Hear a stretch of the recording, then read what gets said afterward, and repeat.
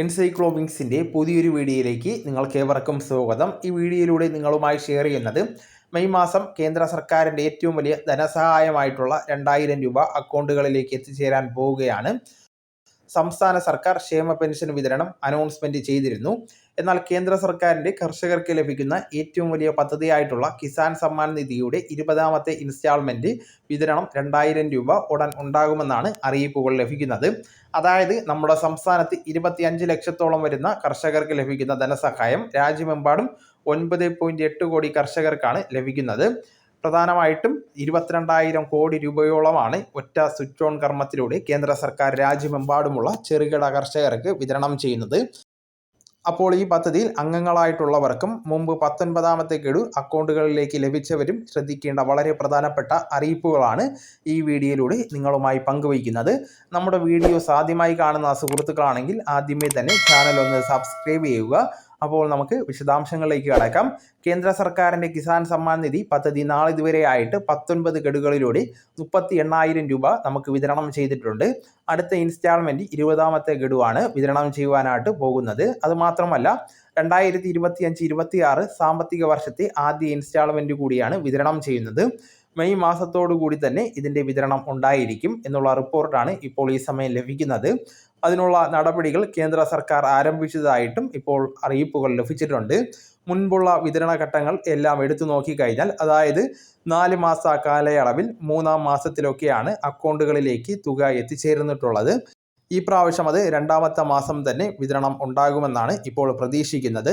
പ്രധാനമായിട്ടും കേന്ദ്ര സർക്കാരിൻ്റെ 2000 രൂപ ലഭിക്കുന്ന നമ്മുടെ സംസ്ഥാനത്തെ കർഷകർ പ്രധാനമായിട്ടും 3 കാര്യങ്ങൾ ശ്രദ്ധിക്കേണ്ടതാണ്. അത് മറ്റൊന്നുമല്ല, മുമ്പ് നമ്മൾ പൂർത്തിയാക്കിയിട്ടുള്ള KYCയുടെ സ്റ്റാറ്റസുമായി ബന്ധപ്പെടുത്തിയിട്ടുള്ള കാര്യങ്ങളാണ്. ചിലർക്ക് KYC ചെയ്യുന്നതിന് വേണ്ടിയുള്ള റിപ്പോർട്ടുകളും അറിയിപ്പുകളും ഇപ്പോൾ വന്നിട്ടുണ്ട്. ഫോണിൽ അറിയിപ്പ് എത്തുമ്പോൾ തന്നെ ഒരുപക്ഷെ നമ്മൾ ശ്രദ്ധിക്കാറില്ല. എങ്കിൽ നമ്മൾ സ്റ്റാറ്റസ് പരിശോധിച്ച് കഴിഞ്ഞാൽ ഈ കാര്യങ്ങൾ മനസ്സിലാക്കുവാൻ സാധിക്കുന്നതാണ്. സ്മാർട്ട് ഫോൺ വഴി തന്നെ ഗുണഭോക്താക്കൾക്ക് സ്റ്റാറ്റസ് പരിശോധിക്കുവാൻ സാധിക്കുന്നതാണ്. പ്രധാനമായിട്ടും KYC ചെയ്തിട്ടുണ്ടെന്നാണ് കാണിക്കുന്നതെങ്കിൽ നമുക്ക് മറ്റു പ്രശ്നങ്ങളൊന്നും ഉണ്ടായിരിക്കുന്നതല്ല.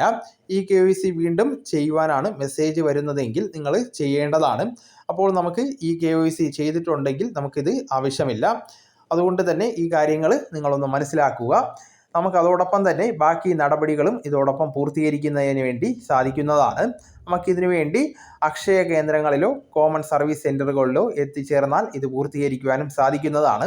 അടുത്ത അറിയിപ്പ് എന്ന് പറയുന്നത് KYC പൂർത്തിയാക്കിയെങ്കിലും നമുക്ക് കൃഷിഭൂമിയുമായി ബന്ധപ്പെടുത്തി മറ്റൊരു കടമ്പയുണ്ട്.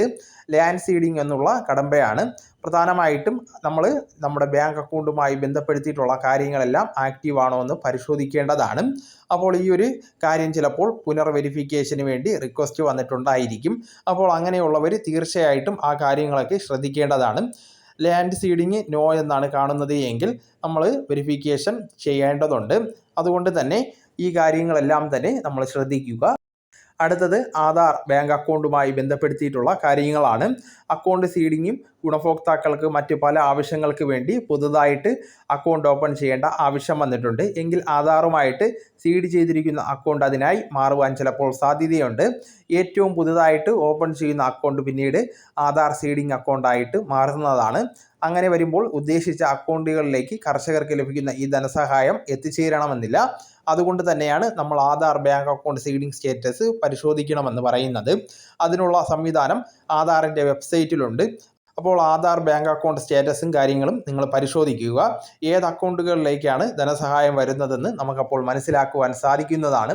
അപ്പോൾ ഈ കാര്യങ്ങൾ നിങ്ങളെല്ലാവരും മനസ്സിലാക്കി കൃത്യമായിട്ടും ചെയ്യുക.